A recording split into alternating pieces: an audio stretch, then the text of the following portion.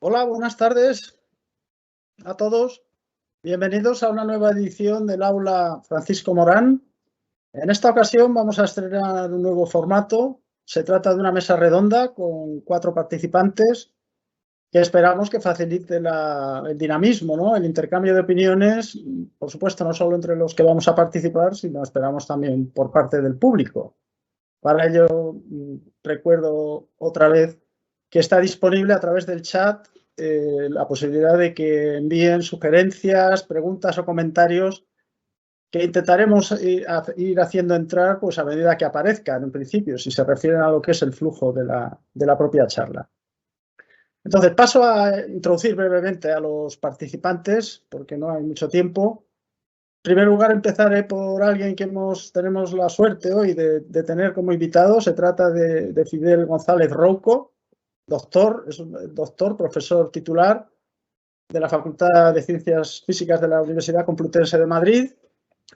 Él tiene una larga trayectoria en investigación, empezó al menos en la paleoclimatología, pero ha ido expandiendo su área de interés, por lo que puedo saber que lo seguimos. Ahora también trabaja en escenarios regionalizados de cambio climático. Ha tenido una participación activa en la elaboración de los informes del IPCC.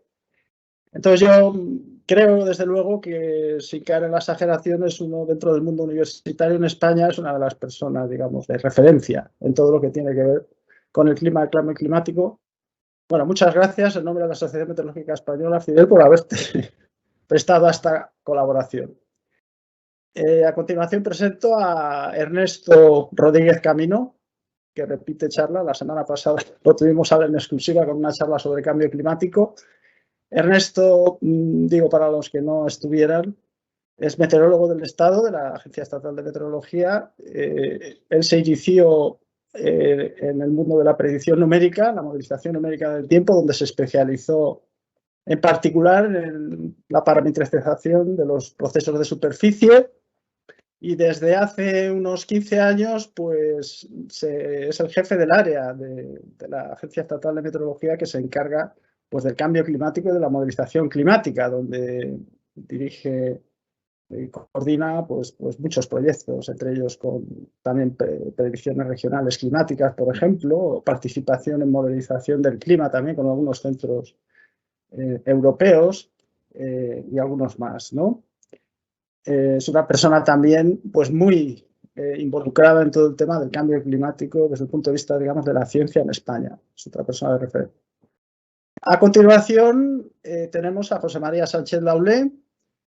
José María Sánchez es también meteorólogo del Estado. Inició su trabajo, su actividad más bien científica en la Agencia Estatal de Meteorología en el mundo de las técnicas de la predicción. O sea que es una persona muy experta en todo lo que tiene que ver con la meteorología sinóptica y los procesos sinópticos y de mesoescala. Desde hace años es el jefe del Centro Territorial de Málaga. Por supuesto, eso le da una amplia experiencia en todo lo que tiene que ver con la meteorología y también con los servicios, la interacción con la sociedad, la meteorología desde ese puesto. Y además quiero remarcar aquí que la Asociación Meteorológica Española pues reconocemos desde luego y le estamos muy agradecidos por la labor que desde hace años lleva como director de la revista de la Asociación Española de Meteorología, Tiempo y Clima. Y desde luego tiene el reconocimiento por una labor importante que ha hecho que mejore, yo creo, la calidad, ¿no? Entonces es también una satisfacción contar con él. Por último, bueno, mi nombre es José Antonio López Díaz, me he dedicado también, meteorólogo del Estado, pues al mundo de la climatología, más específico quizá en el mundo de pues, las técnicas estadísticas aplicadas al análisis de series climatológicas. Ha sido mi principal área de interés y también colaboro con la Asociación Meteorológica Española, con la revista Tiempo y Clima y demás. Bien, entonces yo creo que si os parece, al resto de los contertulios voy a ir dando brevemente la palabra a cada uno de ellos para que sobre el tema que nos ha traído, que no me acuerdo si lo dije al principio, la mesa redonda va a versar sobre el informe del estado del clima de la Organización Meteorológica Mundial. La Organización Meteorológica Mundial emite todos los años un estado de la situación, digamos, del clima mundial, lo cual, por supuesto, es una tarea harto compleja porque todo el clima mundial ya se pueden imaginar, el sistema climático tiene muchas componentes y luego todas las vicisitudes en un área, pues hay que hacer ahí un ejercicio muy importante de síntesis y también yo diría se intenta hacer desde luego un ejercicio de aproximación al público, explicando también los procesos de una forma asequible. O sea, dentro de eso yo creo que se consiguen un buen compromiso con todo. Y aquí quiero decir de entrada que no podemos nosotros aquí pretender, ni mucho menos, dar una visión, digamos, exhaustiva o hacer justicia, digamos, a todos los temas tan interesantes que se tratan en ese informe. Entonces, más bien aquí se trata de que vamos a seleccionar algunos temas que, digamos, nos llamen más la atención a nosotros, a nuestro juicio, merezca más la pena, pues un poco indagar o discutir sobre ellos, ¿no? Pero el que tenga interés en el informe, pues desde luego recomendamos sencillamente que se lo lea, está disponible en internet también en la página web del AME y eso es desde luego lo mejor. Pero entonces lo que voy a hacer entonces, voy a empezar por Fidel, si te parece, y nos comentas brevemente, pues bueno, o sugerencias de temas que quieres que, a tu opinión, pues que te haya llamado más la atención o que crees que puede ser más enriquecedor para. Así que Fidel, por favor.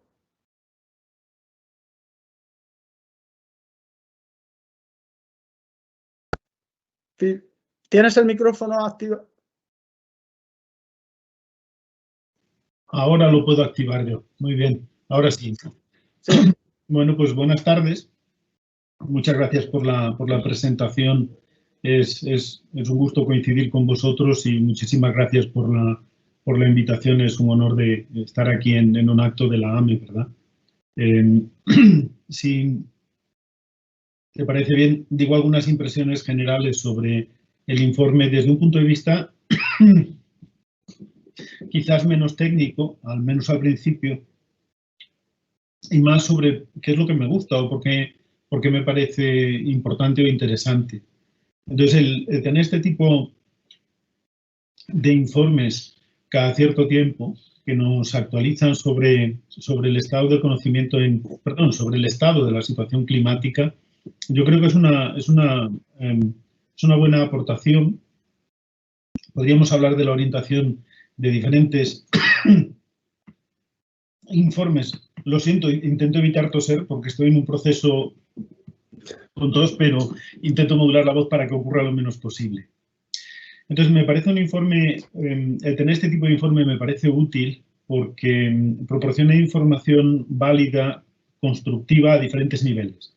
No es un informe del estado del conocimiento, es un informe del estado del clima y nos permite tener la foto reciente de dónde estamos en una serie de aspectos que se relacionan con distintas partes del sistema climático. Por ejemplo, me parece muy interesante tener la foto de dónde estamos en cuanto al Acuerdo de París y aunque muchos de los que estén escuchando obviamente lo saben, cuáles son las tendencias actuales de la evolución del clima y de seguir así si tenemos alguna posibilidad o cuál es la trayectoria esperada, que en este caso obviamente se aparta bastante de los objetivos del Acuerdo de París. Me parece que es información relevante para los medios de comunicación, es un documento al cual los medios de comunicación se pueden acercar para dar información fiable y actualizada. Yo creo que es también interesante no solo porque representa el estado de diferentes partes del sistema climático, sino que es educativo en cuanto a otros aspectos como los impactos de la evolución del sistema a nivel económico, por la posibilidad de las inversiones en mitigación de cambio climático en el futuro, a nivel social, las migraciones, a nivel de impactos muy locales como las plagas de langosta, o incluso temas que podrían tener el riesgo de ser olvidados como el agujero de ozono y que en función de la intensidad de la circulación ártica pues pueden ser graves en algunos años precisamente, ¿verdad? Entonces yo creo que desde ese punto de vista es útil tener este tipo de documentos no solo para los que nos dedicamos a investigación como un recurso de actualización, sino también para medios de comunicación o con fines educativos. A lo mejor se pueden hablar luego otro tipo de cuestiones así más de detalle, como si a lo mejor echamos en falta algunos aspectos, pero serían, como dice un amigo mío, críticas a un nivel alto, porque de entrada la disponibilidad de este tipo de informes que son observacionales, no es un informe de modelización, no es un informe como el IPCC sobre el estado del conocimiento, pero es un informe que creo que puede aportar bastante luz en muchos aspectos de actualidad, ¿verdad? De entrada, quizás lo dejaría ahí para no alargarme más y que mis compañeros de mesa pongan también sus opiniones y luego vemos por dónde nos orientamos. Vale, muy bien, muchas gracias, Fidel. Paso la palabra a Ernesto. Muy bien, muchas gracias, José Antonio. Bueno, estos informes, la verdad es que representan unos hitos en la comunicación del cambio climático, por varias razones. Primero, por el prestigio de las organizaciones que hay por detrás. Un informe que presenta la Organización Mundial de Meteorología como agencia especializada de Naciones Unidas tiene mucho peso. Llega muy lejos y llega con, digamos, el aval de esta institución. Segundo, ayuda un informe como este a comunicar sobre el cambio climático. El tema del cambio climático necesita de mayor y sobre todo mejor comunicación. Hay muchas formas de comunicar el problema del cambio climático, que por otra parte son necesarias para concienciar globalmente a la sociedad y que una vez que esté concienciada la sociedad, esto sirva para que los representantes sociales, normalmente los representantes políticos, los diputados, los senadores, en nuestro caso, tomen esos temas y los impulsen. Pero tiene que haber una concienciación social previa de ellos. Entonces, estos informes, desde luego, ayudan y ayudan mucho. Como decía Fidel, un informe como este se basa en observaciones del estado del clima. Y por poner, digamos, un punto de crítica, estos informes, desde luego, insisto, que son muy relevantes, pero yo echo de menos algunas cuestiones relacionadas pues con atribución. Los temas de atribución son temas muy difíciles y ahora algunas instituciones externas, como es Copernicus, están trabajando en cuestiones relacionadas con atribución rápida. Ante un evento, del tipo que sea un evento extraordinario, normalmente siempre la pregunta estándar que hace un informador, un periodista, es: bueno, ¿y este evento tiene algo que ver con el cambio climático? Y normalmente los que nos encontramos con esas preguntas, pues nos zafamos de forma más o menos sutil, pues bueno, esto necesita estudios que requieren cierto tiempo, tal cual, pero algo debemos decir. Este servicio de Copernicus, ¿qué es lo que va a hacer dentro de muy poco? Se está desarrollando el servicio y creo que ayudaría mucho en un informe como esto. Tiene muchas simulaciones precalculadas. muchas.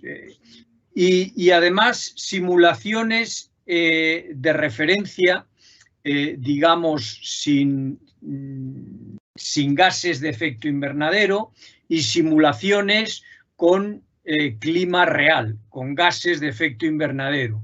De forma que ante un evento, digamos una ola fría, una ola cálida, y usando algunas métricas previamente acordadas, nos busca en la colección de simulaciones con y sin gases de efecto invernadero situaciones similares a este evento extremo.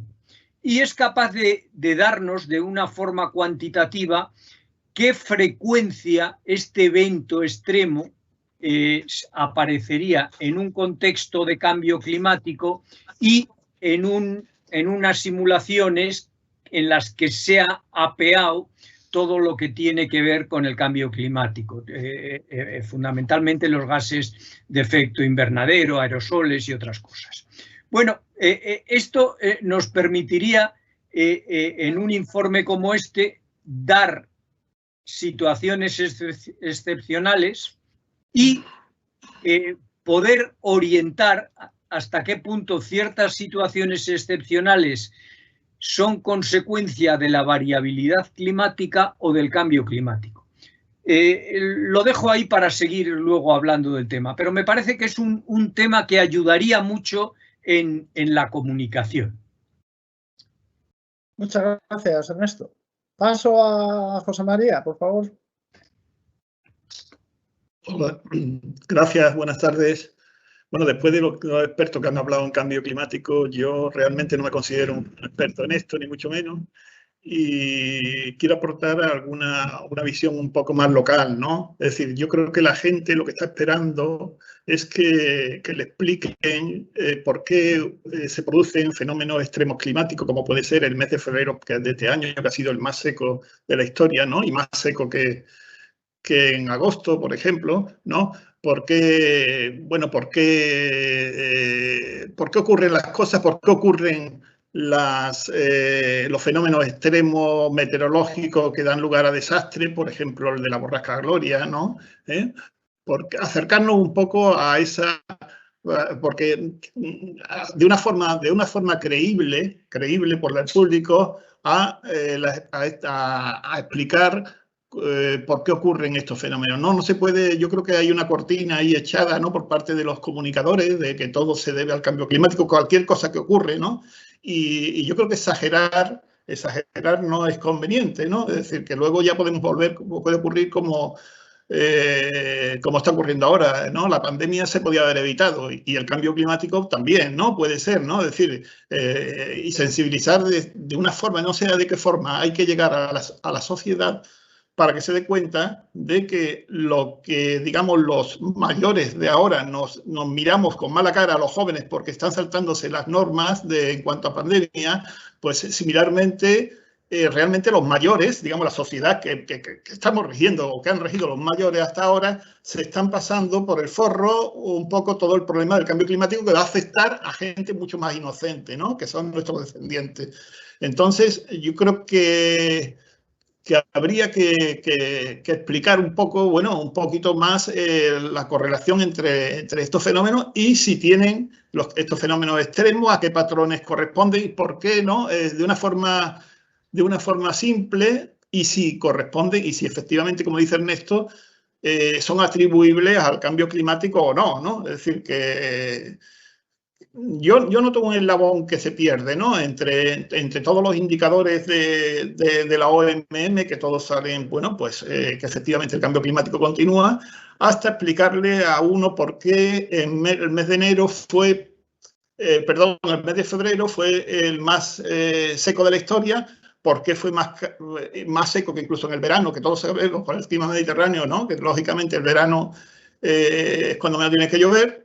¿Por qué febrero fue más cálido que marzo, ¿no? Porque en marzo, sin embargo, fue excesivamente lluvioso, ¿no? Todas esas cosas, un poquito, no sé, explicarlas de una forma increíble, ¿no? Creíble, tener un relato. A mí me parece que incluido mi organización AEMET, le falta el relato, ¿no? El relato que haga llegar a la gente lo que está ocurriendo, y que no se borre, que no todo sea una explicación al cambio climático.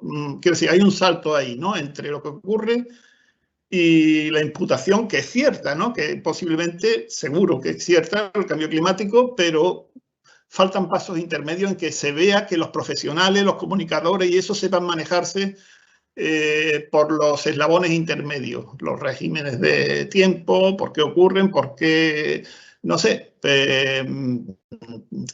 explicar un poco más, ¿no? Simplemente eso. Si quieres lo entramos en más detalle. Sí, no, tendremos tiempo, porque en principio esto está planificado para 1 hora de tiempo, nos quedan aproximadamente 40 minutos. Y bien, yo no sé, me parece que quizá, tal como lo...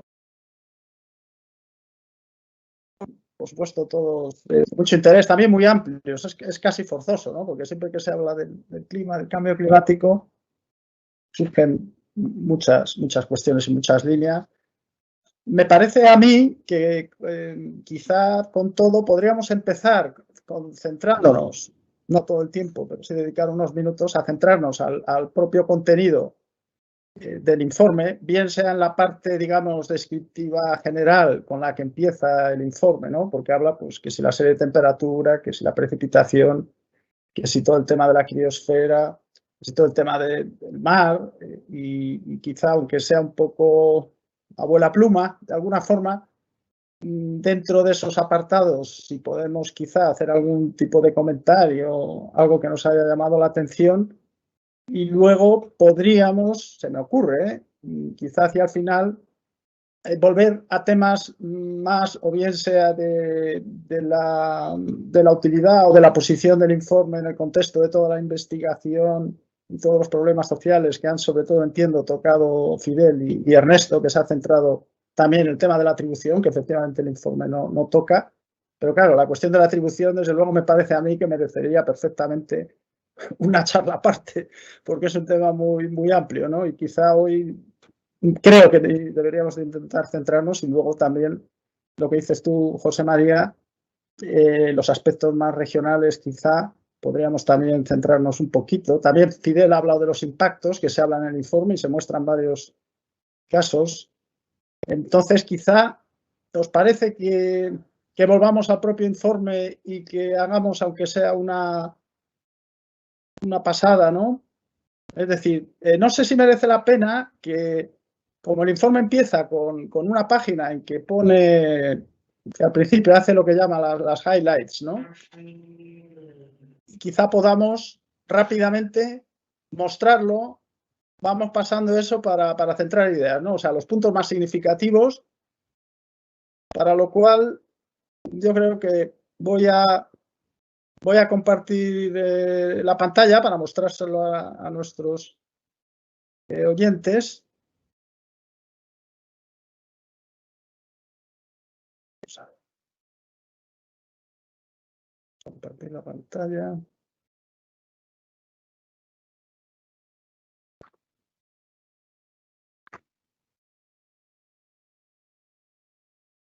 Entiendo que se está viendo, ¿no?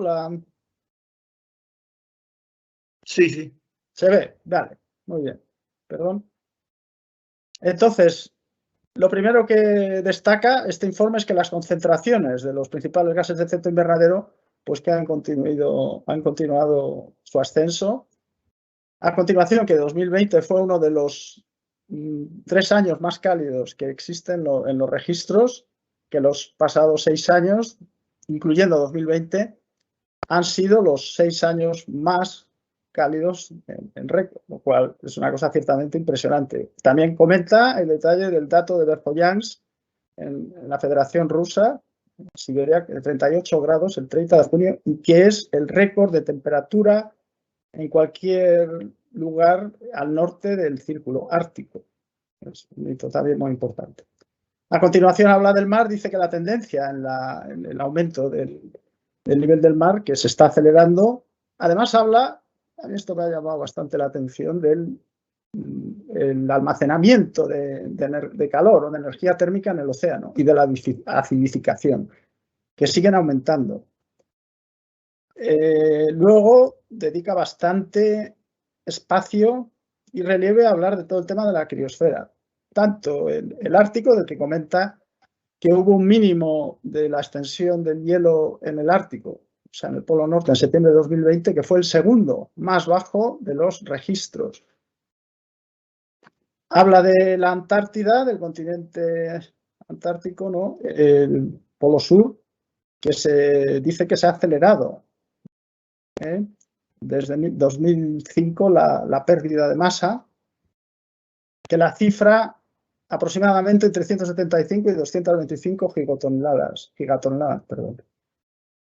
Y luego ya entra en los eventos, digamos, extremos, ¿no? Habla de que la temporada de huracanes en el Atlántico Norte de 2020, que fue excepcionalmente activa, que hubo pues, huracanes, en fin, olas de calor, sequías severas, incendios que han costado pues, decenas de miles de millones de dólares. Habla también del tema de los impactos ya más en la sociedad más directos, 9,8 millones de desplazamientos debidos a temas relacionados con eventos extremos hidrometeorológicos y desastres. Y habla también, comenta pues, que con el tema del COVID-19 que se han agravado el impacto sobre el sector agrícola y toda la cadena de aprovisionamiento alimentaria, ¿no? Eso sea. Entonces, si os parece, vuelvo a dejar de compartir para volver a la mesa redonda. Muy bien. A ver, quiero proponer de estos temas, ¿quién le gustaría abrir el fuego? Porque yo tengo algún tema en que me gustaría también hablar, pero muy bien. Ernesto, así me gusta, que seáis proactivos, que levantéis la mano para que esto no decaiga. Muy bien, Ernesto, te paso el control. A ver, a mí indicadores hay muchos y indicadores que muestran el comportamiento de diferentes partes, componentes del sistema climático. A mí me suelen gustar estos indicadores que no están muy afectados por la variabilidad. La variabilidad, en este caso, interanual. Normalmente, cuando miramos las temperaturas, aunque las temperaturas en superficie es la variable que más experimentamos, la temperatura y la precipitación, son las variables climáticas por antonomasia, pero la temperatura está muy afectada por la variabilidad interanual. En cambio, hay otros indicadores mucho más robustos a la hora de demostrar tendencias. Estoy pensando en indicadores que tienen que ver con los océanos. Esta tarde comentábamos tú y yo, José Antonio, el tema de un indicador que es el contenido calorífico del océano. Dices, bueno, es que eso es lo realmente relevante. El contenido calorífico del océano, eso es un indicador robusto que claramente te da hacia dónde va el sistema. Lo otro, la temperatura, está afectada de mucho ruido, por no hablar de otras variables como la precipitación. La precipitación, normalmente nosotros representamos anualmente la precipitación y hay tanta variabilidad interanual que realmente hay que hacer un análisis muy fino para ver cosas. En cambio, a mí me gusta que en informes como este aparezcan estos indicadores robustos que no están tan afectados por la variabilidad interanual. Y de momento lo dejo para no acaparar el uso de la palabra. Vale, muy bien, gracias. A mí, sí, me gustaría si no más adelante, también quizá mostrar las figuras, porque lo hablamos tú y yo. A mí, desde luego, me llamó la atención, ¿no? Quizá como los climatólogos, especialmente por el tema de la robustez, me gustaría comentar las figuras que se muestran ahí, ¿no? Entonces, pero bueno, efectivamente, ¿alguien más en este momento, Fidel? Por abundar en lo que estáis diciendo, eso es muy interesante, igual que el nivel del mar, que tiene una evolución casi lineal, porque integra a lo largo del tiempo, ¿verdad? Pero esto es que me ha recordado una antigua discusión, José Antonio, lo digo desde la memoria y del cariño entre tú y yo también, y en relación a lo que decía Ernesto, porque me estaba acordando del problema del hiato en el año 2008, que fue una discusión tremenda científicamente y en los medios, precisamente por lo que dice Ernesto, porque viene de la discusión de las temperaturas globales. Entonces, en aquel momento se aprovechó precisamente para decir, mira, que es que el aumento de temperatura no es tal, de repente tenemos una parada en el aumento de temperatura, los modelos no lo representan bien, voy a decir las frases típicas estándar, y en ese momento generó un ruido innecesario que por un lado, perdón por esto, pero sigo hablando, este tipo de informes, al estar actualizados, yo creo que contribuyen a despejar porque permiten tener una discusión científica y decir, pongamos las cosas en su contexto. Por otro lado, también la temperatura es lo que las personas, lo que los ciudadanos viven. A los ciudadanos les hablas de contenido de calor en el océano y dicen, bueno, vale, sí, pero ya es una variable un poco más sofisticada. Entonces, el tener esa doble discusión, yo creo que es, perdón, es importante. José María, sigue tú y recupero el aire. No, tenéis razón en cuanto al contenido calorífico, a la pérdida de hielo también, ¿no? Son indicadores muy robustos, pero efectivamente, como estaba apuntando a Fidel, la gente le interesa una cosa más inmediata. Es decir, en España, bueno, no digo que no le interese lo global, que es el fundamento hacia lo que tenemos que ir, ¿no? Cuáles son las causas y cómo se elimina esto, pero que efectivamente en España, digamos que lo que está produciendo más muertes o que está afectando más a la población son las olas de calor. Es decir, la temperatura, eso no hay duda. Es decir, el Instituto Carlos III dice que están muriendo un exceso por las olas de calor de alrededor de 1.800 por ahí, ¿no? De personas al año.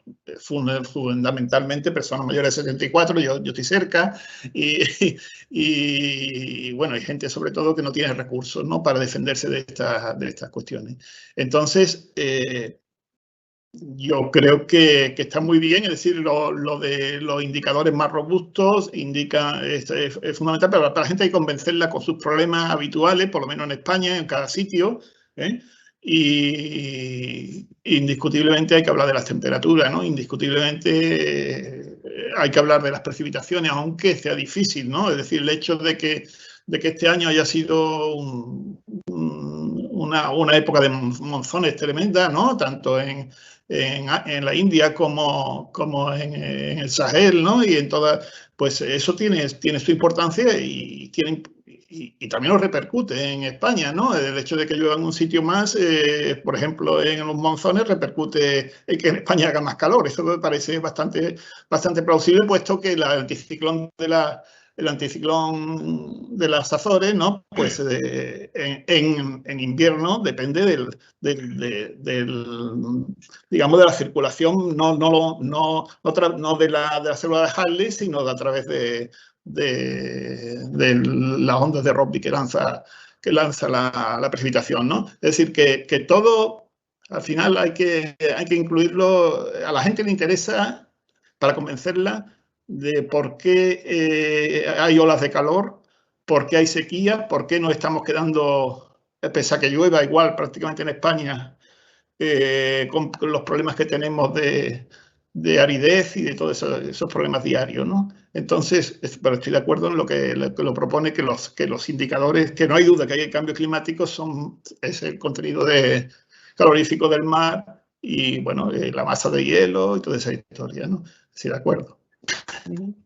Sí, gracias. Bueno, yo estoy de acuerdo y creo que aquí lo que has dicho, José María, en realidad, por supuesto, no es que esté de ninguna forma contradiga lo que planteó antes Ernesto, yo mismo. Sencillamente que nos estamos fijando en aspectos distintos del informe, porque el informe no se dirige, entiendo, solo a una labor hacia la sociedad de concienciación, también se dirige pues, a un público, en fin, se trata de un estado, como dice, del clima global, y para eso pues hay que ponerle el termómetro al enfermo, que es el clima, o al sujeto sencillamente del estudio, y en ese sentido pues la temperatura de los océanos, evidentemente por el papel muy destacado como elemento inercial de los océanos, son un elemento inercial por excelencia en el sistema climático, pues es fundamental.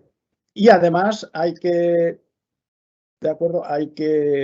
esperar a priori, es así, que como elemento inercial, con una enorme capacidad calorífica además, muy superior a la de la atmósfera, ¿no?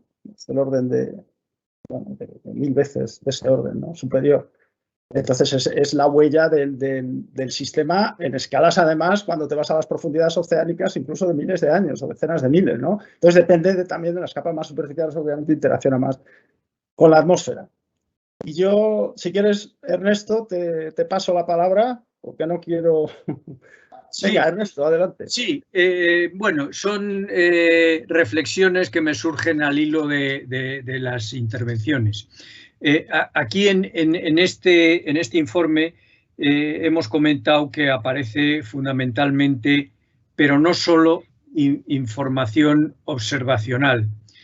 También hay información de impactos, cosa que también permite ayudar a comunicar. También, y desde el punto de vista de la comunicación, lo hemos hablado al principio, es muy importante hablar de las causas. José María ha hablado de las causas inmediatas, de por qué hay una sequía, por qué hay una precipitación excepcional. Podemos hablar las causas últimas, pero hablar de las causas, de diferentes niveles de causas, las causas últimas o causas más inmediatas, creo que ayuda mucho. Y luego también, a la vez que se habla de causas, y creo que es muy conveniente hablar de soluciones. Y en ese sentido, el que en un informe como este se plantee, bueno, ¿y cómo estamos respecto a los compromisos que aparecen en el Acuerdo de París, que va en la vía de las soluciones? El Acuerdo de París tiene diferentes aspectos, algunos que tienen que ver con la reducción de las emisiones, otros que tienen que ver con la adaptación, pero insistir mucho tanto en las causas inmediatas, causas últimas y diferentes tipos de soluciones, creo que también ayuda mucho. Si no hablamos de causas y soluciones, parece que estamos insistiendo en la inevitabilidad de lo que estamos describiendo. Y creo que eso no es un buen mensaje. Muy bien, Ernesto. Yo, de todas formas, si me permitís, por cerrar lo del contenido del océano, es que me gustaría, de calor o energía térmica, mejor quizá, del océano, me gustaría mostrar la figura brevemente, ¿no? Para que lo vean nuestros oyentes, que a lo mejor no todos... entonces, voy a ver si comparto y comentar brevemente. Voy a consumir poco tiempo, lo prometo, pero es que esta es una figura que, bueno, a mí me llamó bastante la atención, ¿no? Se está viendo, ¿no? Me imagino, sí. Y aquí hay una media desde 1960 a 2010, este es el eje del tiempo, esto termina aquí.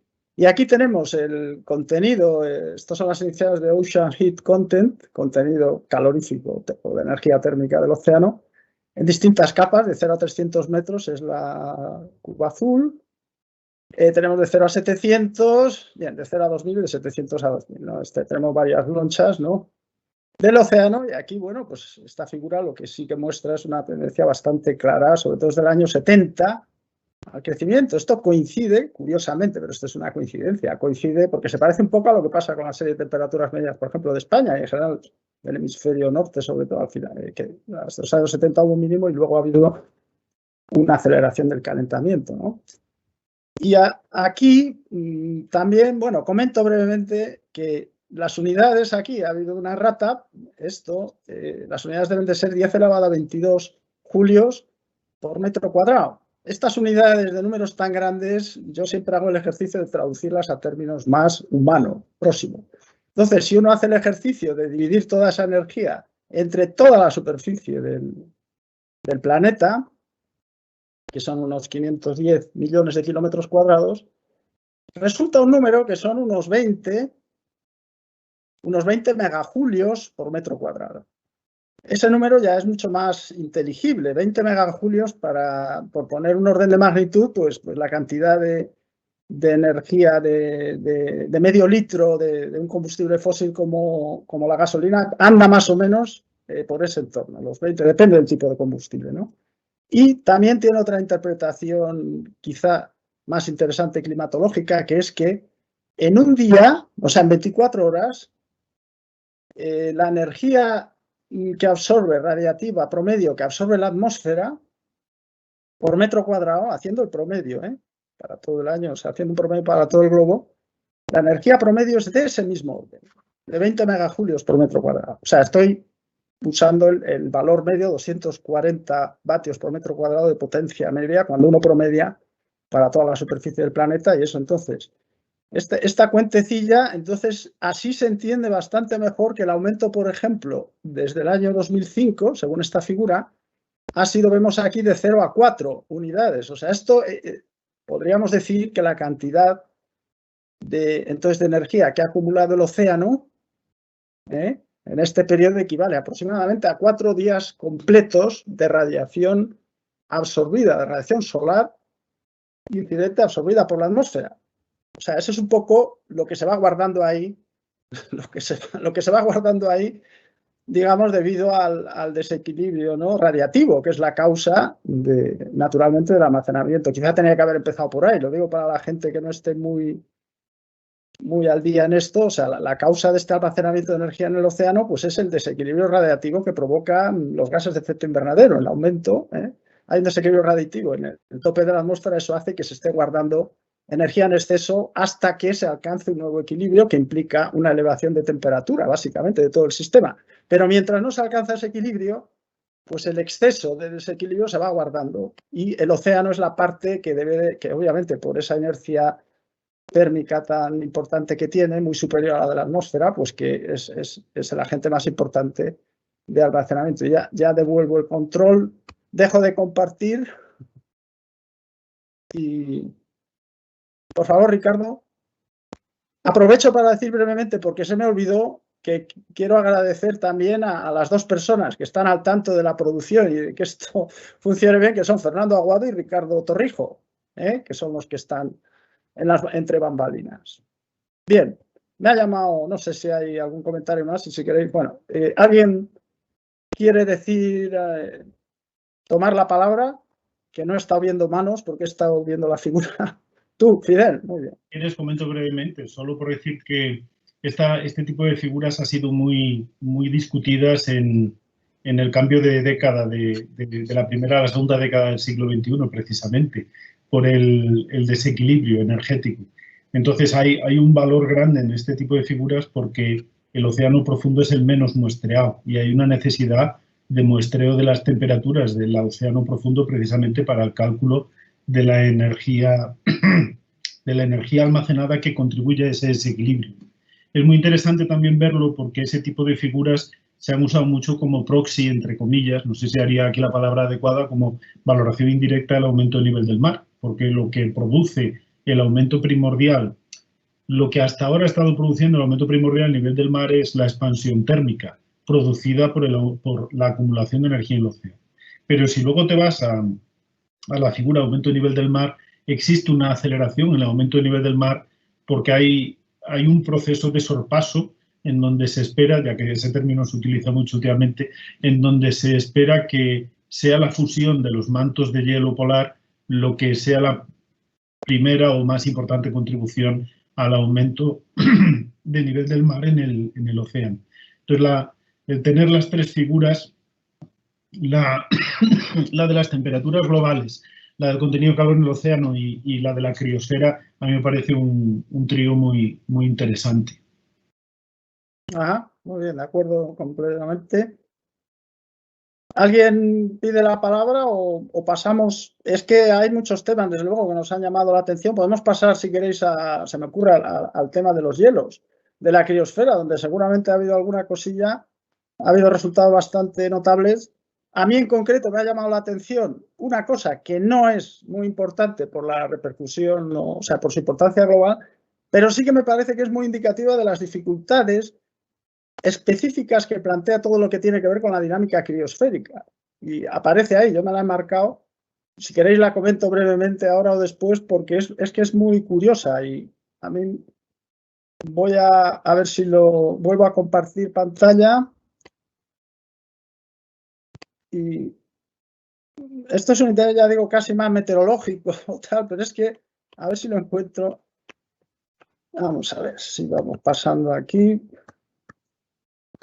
Es la parte de CIs, esto es lo del mínimo.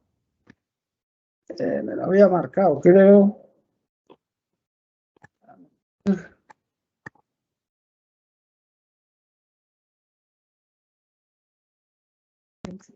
Pues me temo.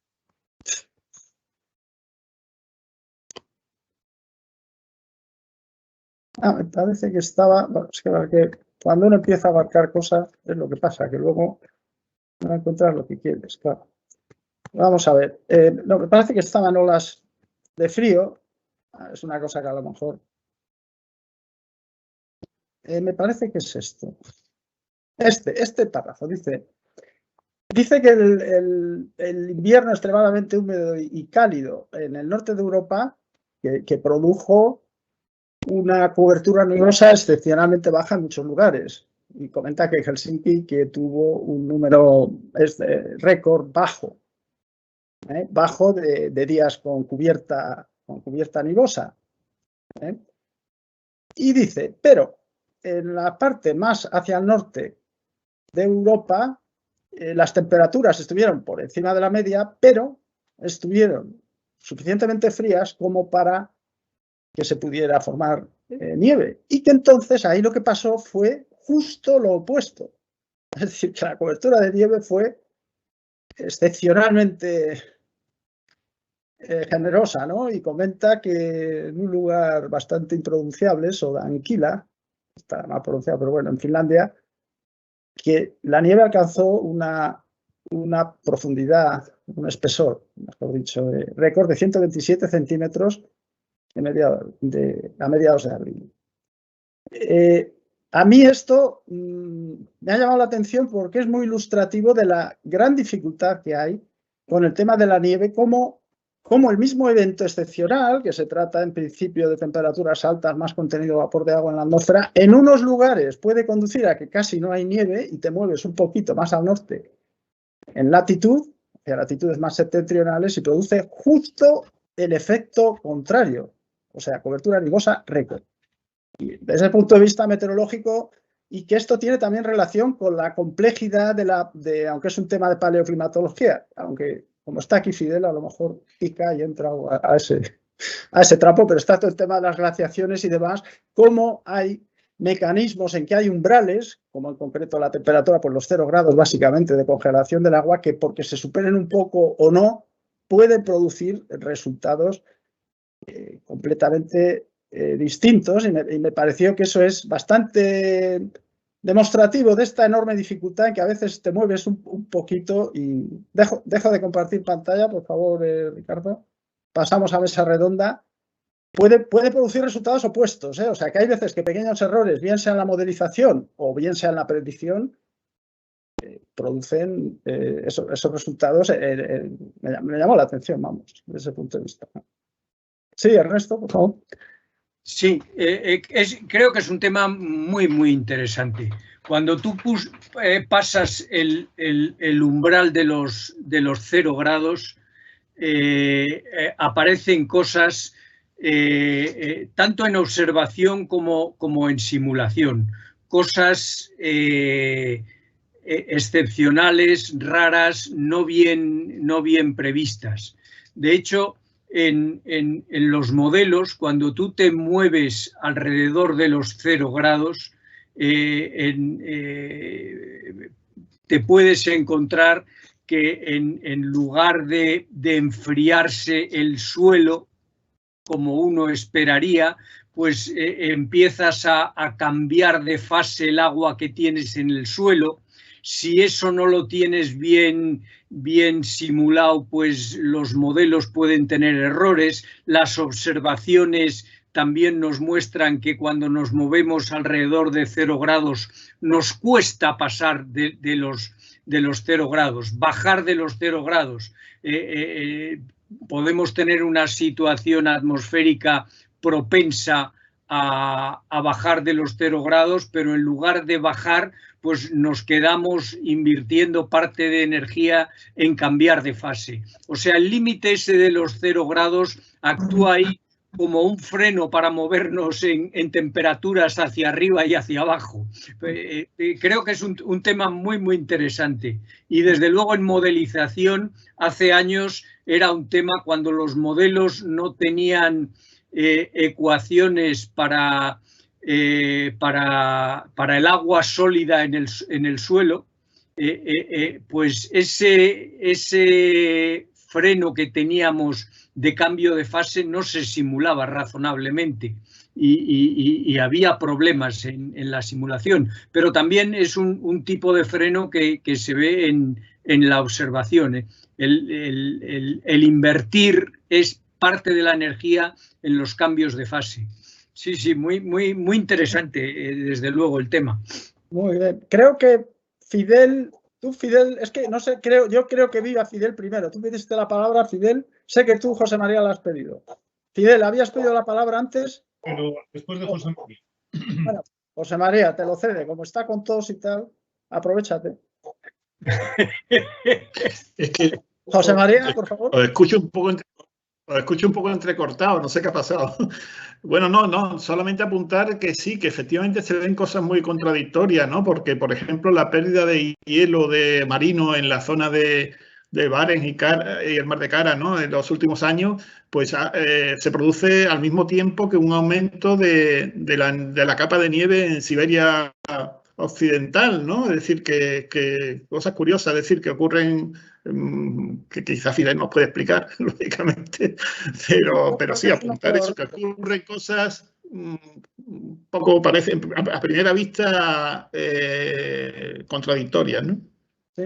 Yo creo que estaréis de acuerdo, podemos decir, ya animando a lo mejor a la gente joven que esperemos que nos esté viendo, que tenga ilusión por investigar. Me da la sensación que todo lo que tiene que ver con la criosfera en todas distintas manifestaciones es uno de los temas, uno de los retos gordos que sigue habiendo en la predecibilidad del sistema climático, sobre todo a escalas temporales un poco largas. No sé si estaréis de acuerdo, pero ahí el propio informe hace hincapié en ello cuando habla del continente antártico, porque ahí muestra cómo ha habido un aumento de la variabilidad en el hielo antártico muy importante desde hace unos 20 o 30 años sin que nadie, que yo sepa, ha dado una explicación demasiado plausible. Y un aumento de variabilidad interanual, o sea, dentro del año también, entre el máximo y el mínimo, siempre dificulta además las predicciones, ¿no? Entonces, es así. Podemos comentar más cosas, yo tengo marcadas, pero bueno, me parece, Fidel, que estás ya... ¿Quieres intervenir, Fidel?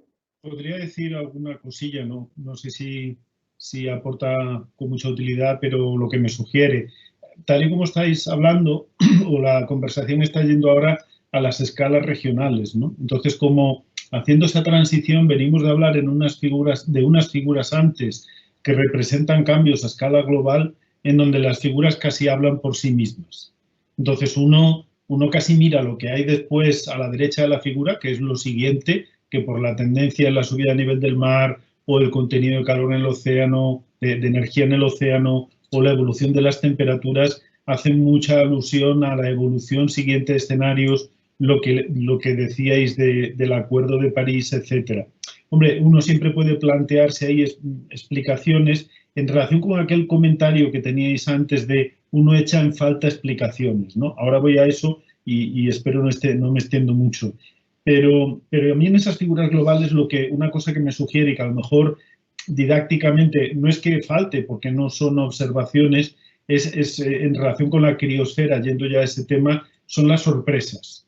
El que esperamos sorpresas en las próximas décadas, sobre todo si nos pasamos mucho, como por ahora vamos encarrilados, del objetivo de grado y medio. Entre grado y medio y 2 grados, la probabilidad de respuestas no lineales en los mantos de nieve, en los mantos de hielo, perdón, aumenta muchísimo. Entonces, eso está ligado a un tema de mucho interés hoy en día, que es la dinámica, la modelización de los mantos de hielo, que los modelos climáticos de serie no lo traen incorporado, no todavía, y creo que eso es una cuestión como advertencia que resulta interesante, que es estas gráficas de hielo global todavía podrían ser peor o todavía pueden llegar a ser peor. Y no es por hacer juicios de valor, simplemente porque dentro del conocimiento que tenemos existen umbrales que si se sobrepasan aumenta muchísimo la probabilidad de respuestas no lineales y de sorpresas. En lo que estabais hablando ahora, que no pretendía hacer una digresión, estáis yendo a lo regional y yo creo que entonces se vuelve más importante ese otro tipo de consideración que decíais antes, o las cuestiones de atribución orientado a servicio climático, que decía Ernesto que en un futuro podría ser interesante incorporar con estos análisis en la medida de lo posible, o las cuestiones de explicación, ¿no? Y en ese sentido, una cosa que a mí echa un poco en falta, pero no quiero tampoco hacer crítica en ese sentido, pero que me ha sorprendido es no ver mucho el permafrost, precisamente en la dirección de lo que, o me he saltado algo, o no he visto mucho el permafrost en la dirección en la que decía precisamente Ernesto, teniendo en cuenta que además ha sido un año de temperaturas muy altas en el norte de Siberia, en toda esa parte del continente asiático, en donde además hemos visto impactos claros en edificaciones por consolidación, por falta de consolidación del permafrost y por migración de esa línea de cero que decía Ernesto. Entonces yo creo que eso observacionalmente tendría valor incorporarlo o tener informes en donde aparece ese tipo de evaluación. Por otro lado, para encontrar causas y dar explicaciones, claro, es un reto para este tipo de informes porque para eso necesitan los modelos. O sea, yo siempre diría, no hay nada que tenga más valor que las observaciones, porque eso es lo que establece la realidad, tanto para las medidas como para evaluar los márgenes de incertidumbre en nuestro conocimiento de esa realidad, pero luego para explicar necesitas conocimiento, necesitas aportar argumentos y esos son más otro tipo de informes quizás, ¿no? Como los del IPCC. Lo que pasa es que entiendo la tendencia, que es que cuando hay un fenómeno extremo, lo que ya decíais en una intervención al principio, no sé si era cualquiera de vosotros tres, uno como que echan falta el que alguien me lo explique, que alguien me diga además por qué ha ocurrido eso. Pero ese análisis forense requiere otro tipo de implicaciones que, como esto es de la WMO, de la Organización Meteorológica Mundial, pues a lo mejor dice, bueno, estos son los datos y ya hay un valor inherente educativo, informativo, político, porque hay todavía quien se permite la frivolidad de poner algunas cosas en duda, pero hay un valor inherente en esas observaciones. Corto porque ya me ha llegado. Bueno, gracias, Fidel, de todas maneras.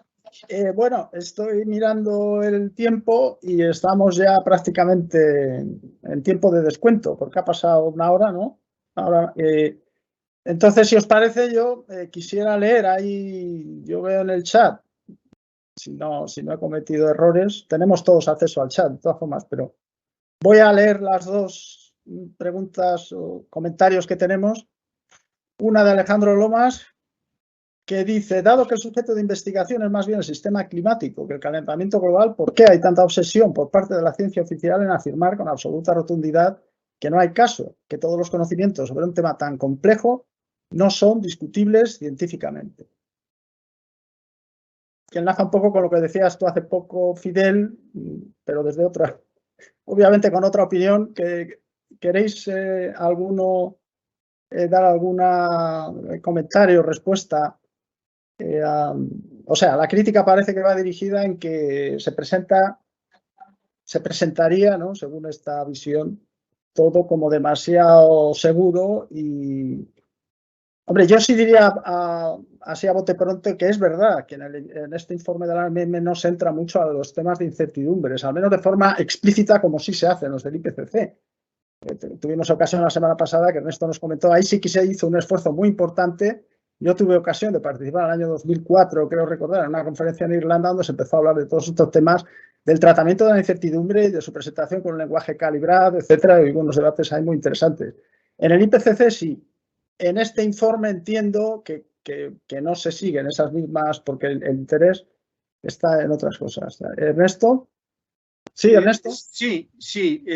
Quizás, hombre, este informe, el grueso del informe se basa en las observaciones y las observaciones evidentemente tienen incertidumbres, pero no tantas como incertidumbres puede haber cuando hablamos de simulaciones, de proyecciones, de atribución. En todos estos temas, evidentemente, las incertidumbres no se pueden obviar. Aquí, pues, hombre, yo no me imaginaría dar la temperatura de ayer de Segovia de 15 grados más menos 0,1 grados, insistiendo en las incertidumbres. Evidentemente hay incertidumbres en las observaciones, pero creo que no es lo relevante, al menos en este caso en el que hablamos de observaciones. Por supuesto, cuando hablamos de otras cosas, evidentemente hay que hablar de incertidumbres porque aparecen por todas partes. Ajá. Bueno, ¿algún comentario más, o Fidel? Quizás abundando en eso, es interesante el tema de las incertidumbres observacionales. Vuelvo a lo del océano, la energía almacenada. Ha habido una discusión de años sobre las incertidumbres en el equilibrio energético del planeta, el balance energético. Y ahí se cita un artículo de von Schuckmann et al., Carina von Schuckmann y compañía, que son representa la continuidad de una serie de artículos de Hansen et al., en donde a lo largo de los 2000 y después del 2010 se evalúa la incertidumbre en el balance energético. Entonces ahí sí que tienes que ir, como van ahí con bandas y en algunas otras figuras, contabilizando muy bien si dan las cuentas. No llegué a entender bien el comentario, lo siento, del chat. Yo diría que en términos de si hay cambio climático y lo producen las actividades humanas, eso es algo que está apoyado por la modelización climática y ahí no hay caso. Ahí está claro que sí. Lo que pasa es que hay problemas interesantes de mayor o menor detalle, como la cuestión de las sorpresas en los mantos de hielo, el balance energético. Yo creo que cualquier persona que trabaje en cualquiera de estos temas sabe dónde está el nicho de preguntas, ¿no? Pero en algunos casos el baile de incertidumbre observacional, por las dificultades de muestreo y la disponibilidad de observaciones, han sido problemas interesantísimos en los últimos años. Quizás una cosa que diría también y que a lo mejor no sé si hemos dicho claramente, que es el valor importantísimo de mantener de manera coordinada las redes de observación. O sea, este informe y todos los informes, se sustentan sobre el hecho de que hay organizaciones como AEMET que mantienen redes observacionales de manera coordinada y coordinación entre redes observacionales de diferentes países. Eso como que se da por hecho, pero eso es fundamental. Sí, así es. Si este informe además dedica un apartado importante, lo habréis visto, a cómo está toda la red, hace una especie de sinopsis de las redes principales de observación a nivel internacional. Me parece, en ese sentido sí que se hace, yo creo, justicia a ese aspecto tan importante que has señalado, Fidel, de las observaciones. Y también en el informe yo diría también que sí que hay apartados donde uno sí que se da a entender las incertidumbres de una forma implícita, pero cuando se habla, por ejemplo, de esto que hemos hablado del contenido calorífico del océano, sí que se mencionan las dificultades observacionales, la puesta en marcha de la red Argo, que sigue siendo un reto, etcétera, y también con los hielos se comentan problemas en la Antártida. Hay algún lugar donde se comentan esos aspectos. Pero bueno, muy bien, vamos a pasar, si no hay, a la siguiente. Vamos a ver, desde vuestro punto de vista, ¿qué aspectos está llamando más la atención estos últimos años? Pensemos en los 3 últimos, por ejemplo. Pensemos tanto en indicadores, tendencias, velocidad de los cambios. Bueno, yo pienso de entrada que hemos hablado un poco así salteado de esto, que hemos dado respuesta a esto, pero si alguien quiere retomar la cuestión o hacer un esfuerzo de síntesis a este respecto, si no pasamos a la siguiente, la damos por contestada, ¿no? A lo largo de la conversación. La siguiente, en la línea de lo que se comentaba para Finlandia, desde organismos como el Observatorio Pirenaico del Cambio Climático, se afirma que en unas décadas la nieve se reducirá enormemente en la cordillera debido al cambio climático. La última década ha sido la más cálida en el Pirineo en el conjunto de los últimos 50 años, pero también ha sido una de las más nivosas junto a la de los 70 y principios de los 80.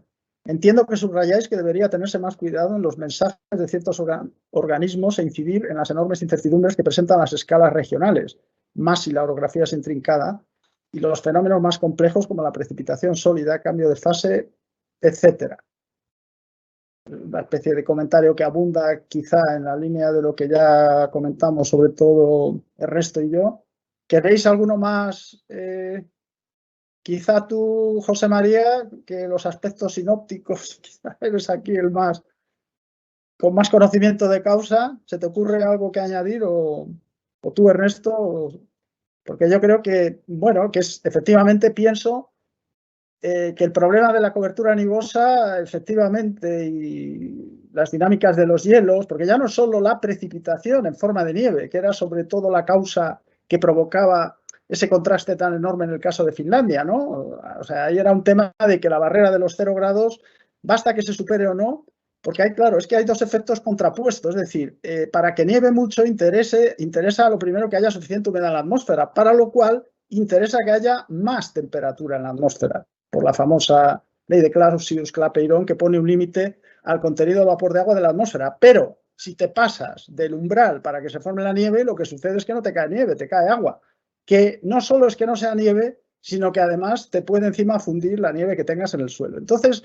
es un tema muy, muy complejo porque estamos en que en una zona, en una banda de incertidumbre que te muevas ahí, el resultado puede cambiar completamente. De tener, como por eso a mí me llamó la atención, de tener cobertura de nieve récord a tener un poco más abajo todo lo contrario, cobertura de nieve récord pero por abajo. Y supongo que en el Pirineo, no conozco con detalle lo que se comenta en esta pregunta, habrá estos mismos problemas. E imagino además que en el tema de glaciares o de tales es muy compleja también la dinámica de cómo fluye el hielo, etcétera, etcétera. Como pasa con los hielos en la Antártida, por ejemplo, que ahí hay una serie de preguntas todavía que requieren, pienso yo, esfuerzos de investigación muy importantes. ¿Alguien más quiere comentar al hilo de esto algo? ¿Ernesto?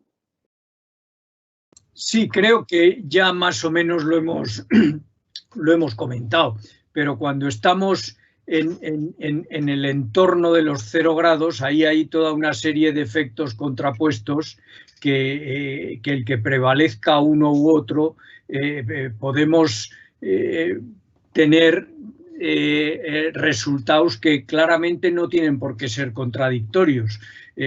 Podemos tener más precipitación, pero en forma de nieve, pero si también nos aumenta la temperatura, esa precipitación pues a lo mejor no es suficiente para mantener los glaciares. La frontera de los 0 grados creo que da una complejidad a todas estas consideraciones donde es difícil jugar con una única causa. Entonces, posiblemente algunas de las aparentes contradicciones pues no son tales, sino el hecho de encontrarnos en esta frontera en el que haya más precipitación, pero que sea en forma de nieve o en forma de agua.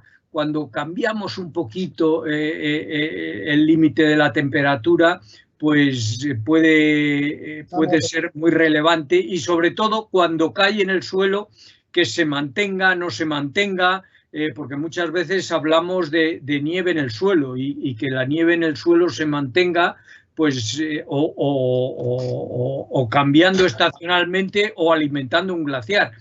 Todo eso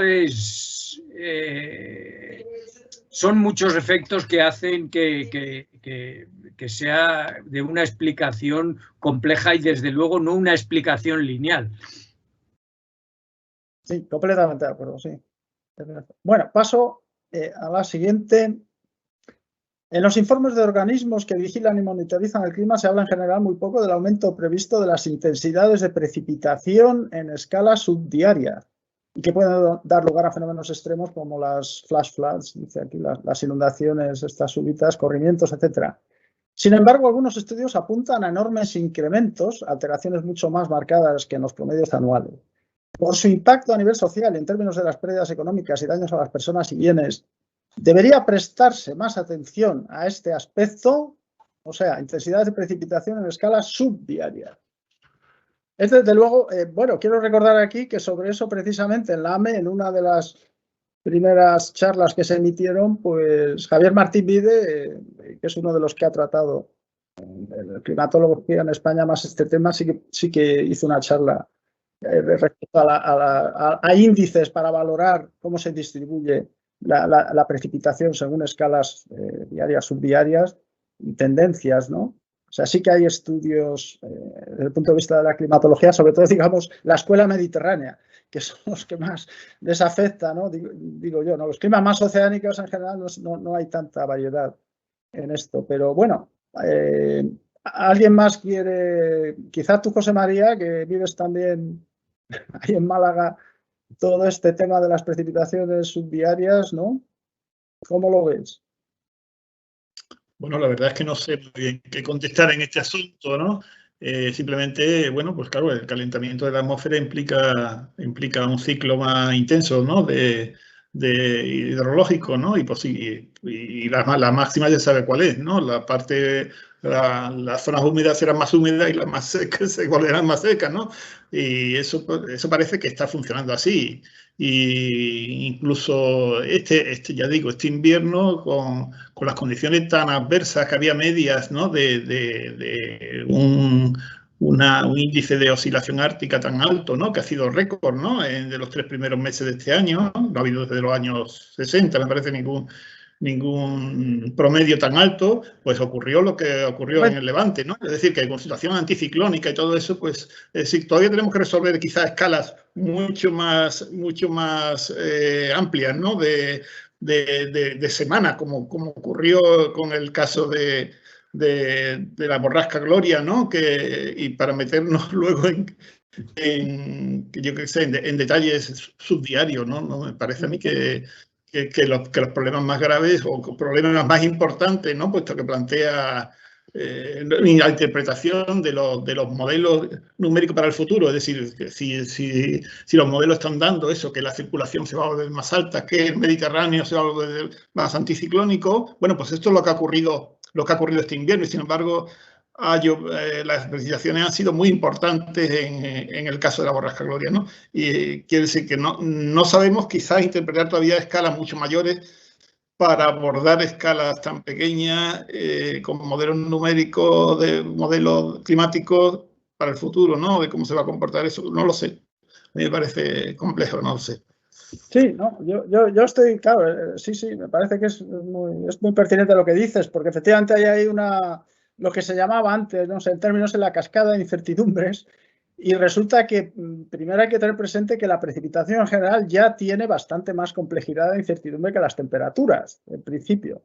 Y luego, dentro de la precipitación, a medida que nos vamos a escalas y a intensidades de precipitación o a torrencialidades más acusadas, aumenta todavía más la incertidumbre para dar resultados precisos. Entonces se pueden dar, creo, con la modelización climática, y Ernesto quizá o Fidel, en eso podéis intervenir o corregirme, pero entiendo que quizá estamos todavía un poco lejos de dar en ese sentido más que indicaciones genéricas, ¿no?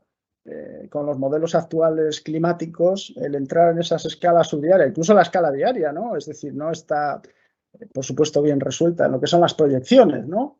Al hilo de esto, vuelvo a retomar lo que decías, Fidel, con el problema del hito, el famoso hiato, lo que se decía, si recuerdo en ese debate, era que efectivamente que las proyecciones de modelos climáticos no se referían a lo que era la variación entre décadas, ¿no? Entre grupos de 10 años, ¿no?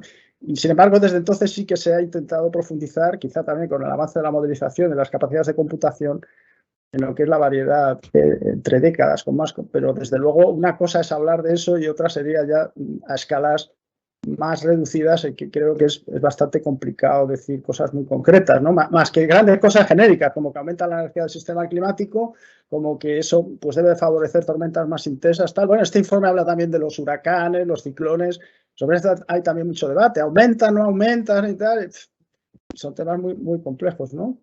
Quizá Ernesto, Fidel, que estáis más en el tema de la modelización climática. Sí, Ernesto. Sí, hombre, algún comentario. Evidentemente, cuando estamos hablando de estas escalas, tenemos que ir a modelización regional en alta resolución. Y bueno, claro, la modelización regional, por su propia esencia, se centra en una zona muy pequeña. Y claro, ya no son comportamientos tan generales, integrados, extrapolables, como se da en los modelos globales. Desde luego, nosotros con el modelo regional de clima que utilizamos, que es una versión del modelo que se usa para la predicción a corto plazo, es el Harmony climático, pues se apuntan diferencias, pero son diferencias que son muy marcadas a zonas y épocas muy concretas que hemos simulado. Hablar ya de comportamientos mucho más generales, tendríamos que ir a los argumentos como el que ha esgrimido José María, pues de tener un ciclo de mucho más activo, ¿no? Y cuando tienes un ciclo más activo, pues evidentemente tienes precipitaciones más intensas a escalas subdiarias.